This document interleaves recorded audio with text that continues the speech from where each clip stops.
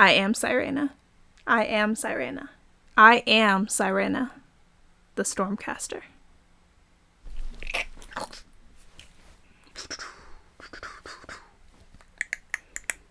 Oh, this is gonna be brilliant. Hi guys, welcome to Chapter 6 of the Castor Saga. Spoiler alert, if you haven't seen our Chapter 1 through 5 videos, spoiler alert, this is Chapter 6, you have been warned. Chapter 6, The Forest of Faces. As they entered the dark evergreen-filled forest, they began to climb up the mountainside. The visions hadn't started yet, but they were waiting for them. Meli sat staring out the window beside Tony at the thick, lush green forest. They saw several animals in this forest, but they didn't know if they were real animals or the beginnings of the hallucinations. Happy visions were the first ones to begin. Visions of dancing children and joyful families greeted them in a flood of life as animals walked along the side of the tracks and ran beside the train as if they were racing it. At first, they were all so happy to see the animals, but that's when the scene changed and twisted. Suddenly, the happy forest looked like a war zone, with black ash and red flames everywhere. Tony looked at Meli with a panicked expression. She looked terrified. This must have been the visions she saw, but why? He could tell that she was kind of scared, but when she stood up and ran towards the back of the train, he quickly followed her, unsure of what else to do. "Meli, what are you doing?" "The barrier, Tony." Tony remembered what she had said about the mysterious black barrier, and immediately understood. They either needed to stop the train, or get rid of the barrier. If they didn't, they'd smash into it, and the train would be destroyed. The conductor came running back into the car, freaking out. The engineer had told them about the barrier. "Everyone brace for impact!" The conductor saw Meli and Tony go out the back door of the train car. "Melissa, Tony, no!" The conductor ran after them, but when he got back there, they had climbed up on the roof. The conductor climbed up the ladder and watched as Tony held Meli by her waist, holding her still. Her arms were out to her sides, and her hands were glowing white. All the other passengers looked out the windows of the train, looking at the black barrier ahead of them.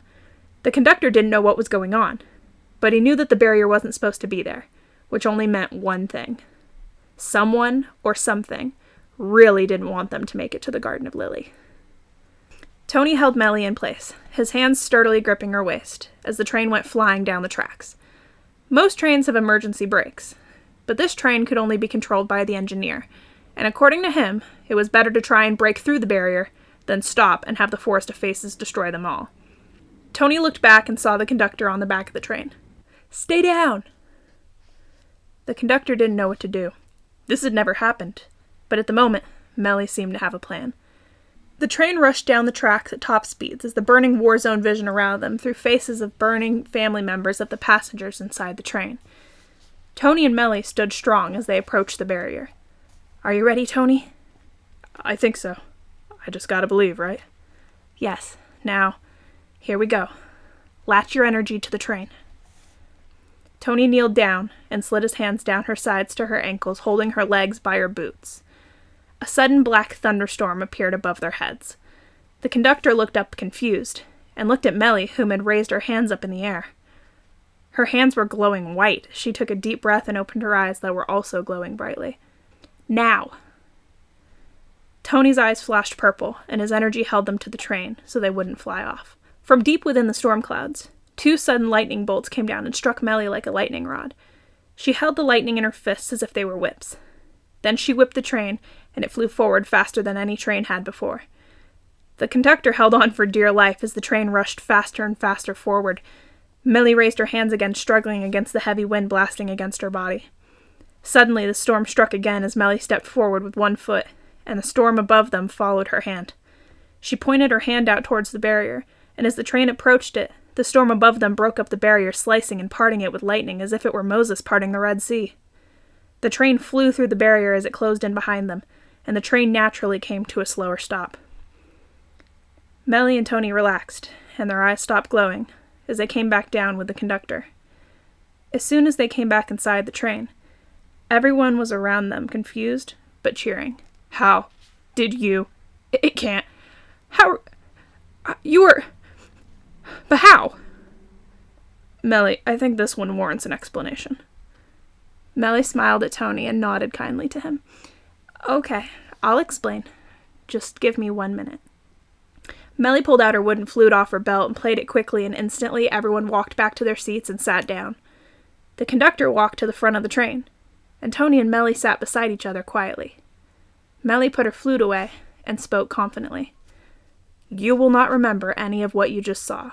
As far as you're concerned, the train made it easily through the forest of faces, and we are again on our way to the next one. Everyone began talking to each other as if nothing had happened, but when the conductor walked over to Meli and Tony, Meli hid her face in her hood and tried not to look at him. Meli knew that her and Tony would remember. What she didn't know was that the conductor hadn't been affected by her music, because he was a musical hypnotist himself. Excuse me, can I have a word with you two in private? Tony and Meli stood and followed the conductor into a car in front of them. He shut the door, then stood between them and the door back to their car. Okay. I'm going to pretend that you didn't just hypnotize everyone into forgetting about that. I would, however, like to know. The conductor shouted loudly when he said his next words. How the hell you summoned a storm from nowhere and took direct lightning strikes without a single flinch? Shh, shh, shh, shh. No, Meli, you need to tell us what's going on now. Okay, all right. Just don't tell the others, okay? Tony and the conductor nodded, and she took a deep breath. This is going to be a little shocking. They listened attentively as she began to explain herself. Tony smiled at her sarcastically. Clearly. But I am a nature caster. I have never seen a nature caster who could do anything like that. It's because I'm a special kind of nature caster. A mutated one, who crosses over into shadow castings. My skill set is storms and manipulation of energy in the atmosphere, as well as around me and in other living things. Most people have never heard of what I am, or if they have, they've only read about it in caster mythology. I am Sirena, the Stormcaster. Whoa. So then you're like wicked powerful. Yes, Tony. I am basically wicked powerful. These days, the magic within us is typically limited. I do not have those limits. I can break those around me through theirs as well. It's why Tony is so easily tapped as magic. So also, it's why someone really doesn't want me to make it to the Garden of Lily. Someone's trying to stop you. That's why the barrier was there, isn't it? Yes. I think they know that if I get there, that I'll break everyone's limits for them and everyone will be able to learn more and become stronger. Perhaps even learn opposite magics, like I can. What? How? What's that mean, Meli? It means that shadow casters and nature casters could learn magic from each other and not be strictly kept to one magic. Storm casters are unique because, while they're kind of a nature caster, they can dabble in shadow magic as well. All casters can learn castings from their opposite type, but it's a matter of learning the techniques to do so, and I know how. But I've never heard of anyone being as strong as you are, and this young? You're only like 18, aren't you? Yes, and I think I've already helped Tony to tap into his magic. He held me on the train so I wouldn't blow off. I think that the people around me will become stronger, if not some of the strongest casters in all of history. How do you know all of this? She has visions and has practiced since she was young. When I was little, the sky would get dark when I was angry, and when I cried, it would rain. When I was happy, the sun would shine. Eventually I learned to control it, and once I did, well, let's just say my school started getting more snow days. Not literally, but... No, actually, literally. Tony laughed and the conductor shook his head. However, there is one problem. What's that? Stormcasters are typically unstable. Another reason someone may want to stop me. Not just because I can influence others, but also because my unstable energy can be unsafe if not used properly. Well, then we can't let that happen. You're unique and they want to stop you. We have to get you to the Garden of Lily, but I am not allowed to assist you in any way outside of my jurisdiction. You have to do it on your own. I can do that easily. The thing is, no one else can know. If anyone else knows, then I could be in danger. It's why I wanted to tell Tony and no one else. I'm sorry I tried to hypnotize you. Speaking of which, why didn't it work? I'm a practiced musical hypnotist myself. I saw her flute and used a casting that would allow me to go unaffected. However, I now think that you were right. I shouldn't know about these things. Perhaps I'll just let you hypnotize me, simply so I do not influence anything that you do. I think that would be smart. I'm sorry, Mr. Conductor. Do you actually have a name? I do, but I can't tell you. Why, sir? Because my son is on the train and he's named after me. He is? Yes. I can't tell you who he is, though. I think I know, sir. What? How? He's the spitting image of you. Then, I hate to ask this of you, but can you make sure he lives? I don't mean help him, I just don't let him die. Please, I've only got to see him this once, and he doesn't even know I'm his father. He won't need help, sir. He's strong. Time to go. I understand. But how are you going to do it? Meli pulled her bell out of her bag and rang it once. The conductor froze and fell down, becoming confused and paralyzed. Tony stood behind him, and Meli took out her flute. She played a little tune, and then looked down at him. You will remember none of what you've just heard and saw. All you know is that my name is Meli, and his name is Tony. She began to walk out, but Tony grabbed her arm. You know, Meli, we did use a bit of energy up on top of the train. He gestured to the conductor, and she smiled. Oh, okay, Tony. And you will awaken as soon as we leave and bring us food and then get us going through the next forest. Tony nodded, then they left. As soon as the door closed, the conductor stood and looked around him, confused. Huh. What was I doing in here? And why do I suddenly have a craving for roast chicken? He shrugged and then went off to get the waiters, who would then bring them all food. Meli and Tony had gone back to their seats and sat down together, just relaxing. So, Meli, anything else I should know about you?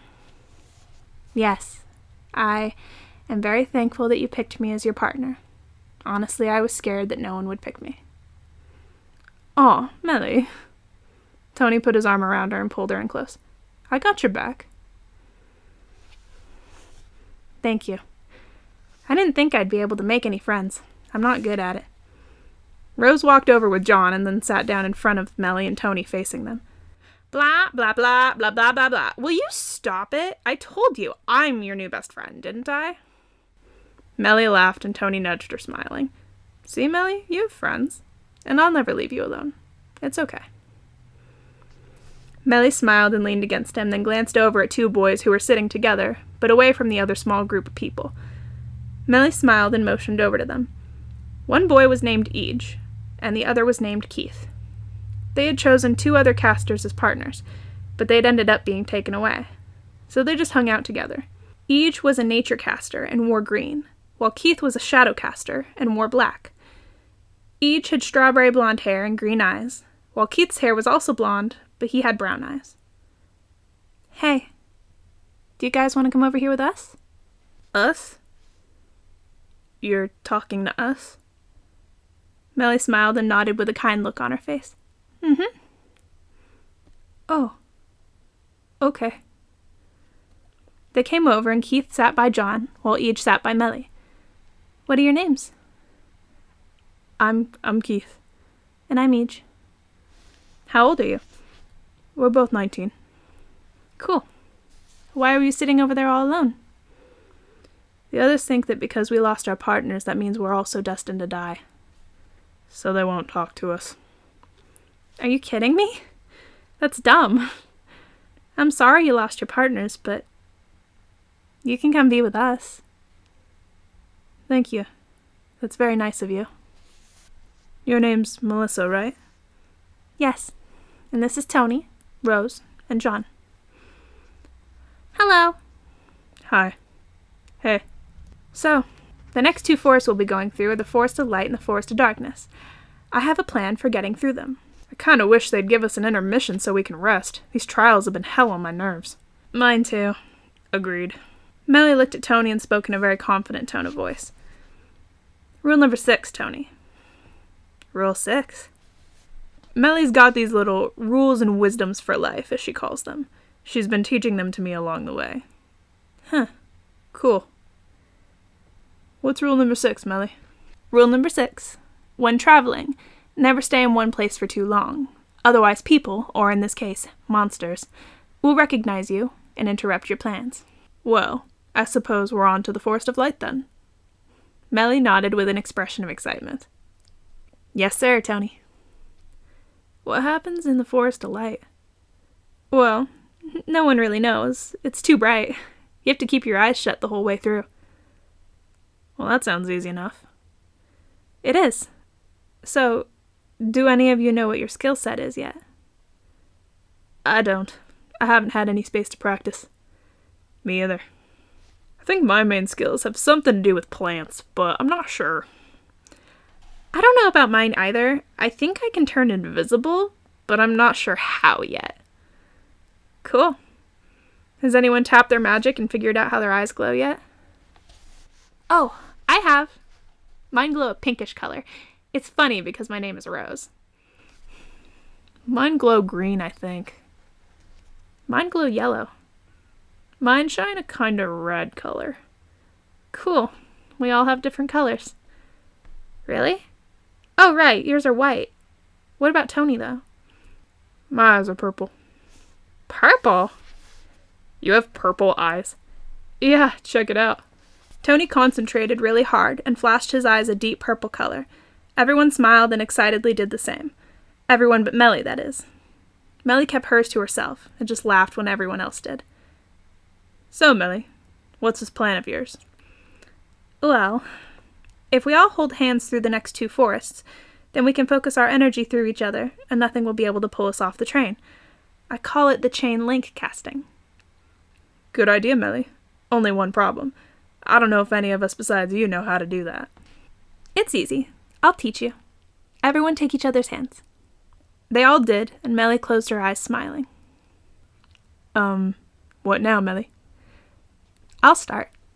Just focus your energy in your hands. They all closed their eyes. Then Meli opened her eyes, and they were glowing white. Her hands began to glow white, because the energy was rushing through her fingertips.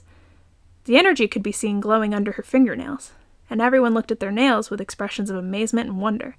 Suddenly, Keith and Tony's eyes blinked close and dashed open, as their hands also began to glow. Then Rose and Eej did the same thing, and John was last. When they all blinked open their eyes, they looked around the circle at each other, and all smiled, seeing the strength that they had together. And the cool thing is, nothing can break us apart until I take my energy back. Meli closed her eyes, taking a deep breath as she took back the energy she sent through their circle. Their eyes all dimmed back to normal, as did their hands. Finally, Meli's eyes dimmed off, and they smiled at each other. That was amazing. I didn't know we had that kind of power. Well, you don't. I do. But if you want, I could teach you. They all smiled and nodded to her, so she softly grinned and nodded back. Then I'll teach you. Between the gates, we'll practice, and I'll help you guys find your inner strength. Thanks, Meli. Yes, thank you, Melissa. Of course. They rolled down the tracks, approaching the fifth forest, as the sun began to rise. They all laid back to power nap, because they'd been up all night, and were all exhausted. Tony had his arm around Meli, so she used his shoulder as a pillow. Rose did the same kind of thing with John, and the boys were all just kicked back with their eyes closed, relaxing. Their cloaks and clothing were very comfortable and easy to sleep in. The cloaks made perfect blankets or pillows, and were body temperature regulating for each individual. As they got closer to the Forest of Light, they all slowly began to rise and wake up. Tony looked down at Meli, seeing her still asleep, and smiled, brushing her hair out of her face. Keith leaned over, looking at her, then looked up at Tony, seeing him smile. How does so much energy fit inside such a beautiful girl? Beauty has nothing to do with power, Keith. I know. I guess what I meant was you'd never expect her to be as strong as she is.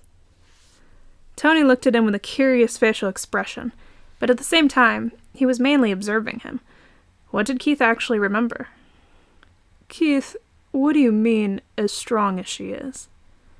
Just the way she saved Rose in the second forest, and then just now when she showed us how her energy could pass through us and back to her. I've never seen anything like it. Tony smiled. Apparently Melly's flute had only taken away the memories the others had developed that she chose to take away from them. Leaving that little memory of Rose was just enough to impress them, without frightening them. Tony nodded to himself and then looked back up at Keith. Me neither.